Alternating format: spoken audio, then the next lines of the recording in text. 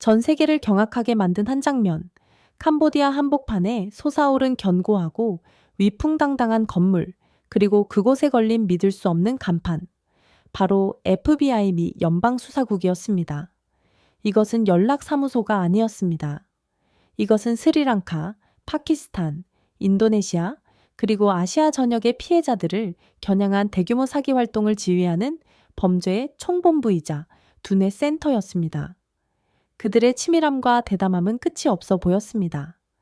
하지만 이 사건 뒤에 숨겨진 끔찍한 진실은 단지 사기 조직의 규모만이 아니었습니다.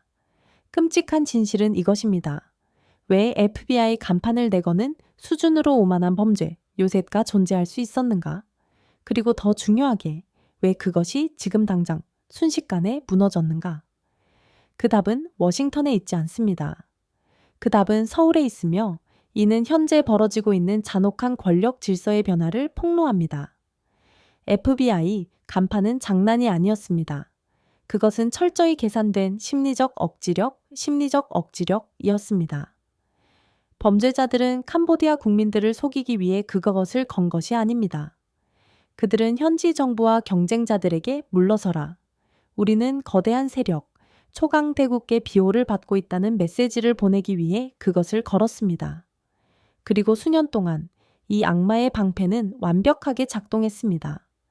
그들은 미국의 상징 뒤에서 절대적으로 안전했습니다. 그렇다면 왜 그것이 무너졌을까요?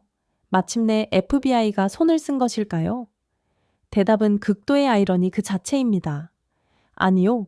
이 건물은 FBI 간판 때문에 무너진 것이 아니라 FBI 간판에도 불구하고 무너졌습니다. 진실은 세계에서 가장 강력한 연방수사국이 현재 완전히 무력하다는 것입니다.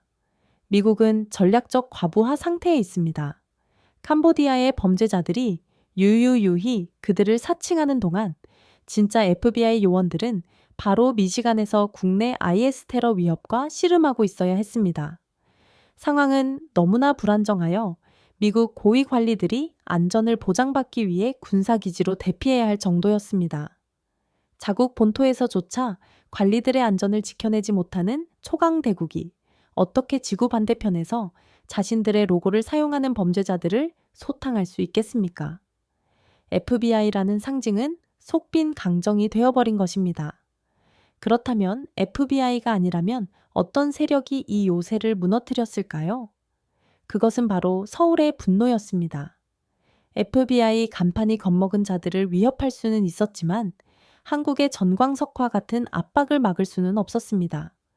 모든 ODA 원조 삭감 위협, NES 국가정보원의 추적 명령, 그리고 비호 관료들의 자산을 동결시키기 위한 FATF 국제자금 세탁 방지기구, 텀와의 공조, 바로 한국이 캄보디아에게 가르친 값비싼 교훈이야말로 진정한 동력이었습니다.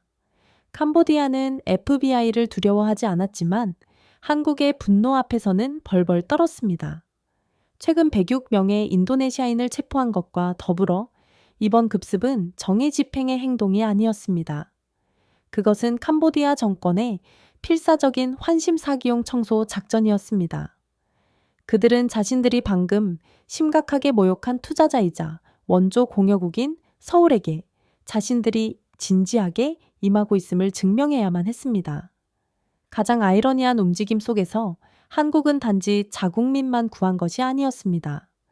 그들은 캄보디아가 스리랑카, 파키스탄, 인도네시아 전체의 이익을 위해 행동하도록 무심결에 강제했습니다.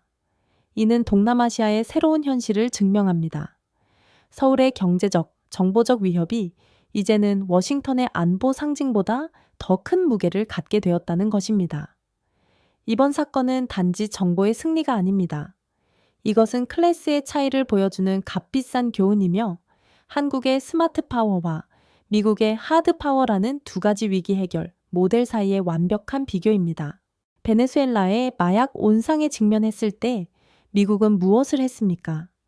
그들은 즉시 20세기의 거대한 몽둥이 교리, 빅스틱 덕트린로 회귀했습니다. 그들은 16,000명의 병력, USS 그랜드 항공모함, 그리고 F-34 스텔스 전투기까지 포함된 거대한 군사력을 전개했습니다. 결과는 비용이 많이 들고 무의미한 군사적 긴장 고조였고 즉각 러시아, 중국, 이란까지 끌어들여 카리브해를 화약고, 즉 새로운 버전의 냉전으로 만들었습니다. 이제 한국을 보시죠. 캄보디아의 훨씬 더 복잡한 온상. 국가가 비호하고 적국인 북한과 연계된 범죄 문제에 직면했을 때 한국은 무엇을 했습니까? 그들은 단 한 명의 군인도 보낼 필요가 없었습니다. 그들은 총알 한 발도 낭비하지 않았습니다. 그들은 스마트 파워 교리를 전개했습니다. 경제적 지렛대, ODA 사업 중단, 농업 생명줄 위협, 금융적 지렛대, 부패 관료의 자산 동결 및 환수, 정보적 지렛대, NIS, 국정원 투입, 네트워크 및 증거 식별, 외교적 지렛대, 인터폴과 아세안 경찰, 아이시안 아폴삼비아까지 이끌며 캄보디아 고립. 그렇다면 누가 더 효과적이었습니까? 미국은 베네수엘라에서 끝이 없는 지정학적 대치 상태에 수렁에 빠져 있습니다. 반면 한국은 거의 0에 가까운 비용으로 자신의 전략적 목표를 절대적으로 달성했습니다.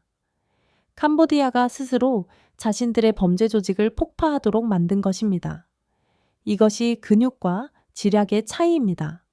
미국의 수치심에는 배가 됩니다. 그들이 카리브해에 핵 잠수함까지 보내야 하는 동안 리동팟 의원 같은 그들의 자산은 또 다른 동맹국인 태국에 의해 동남아시아에서 체포되고 자산을 압수당하고 있습니다.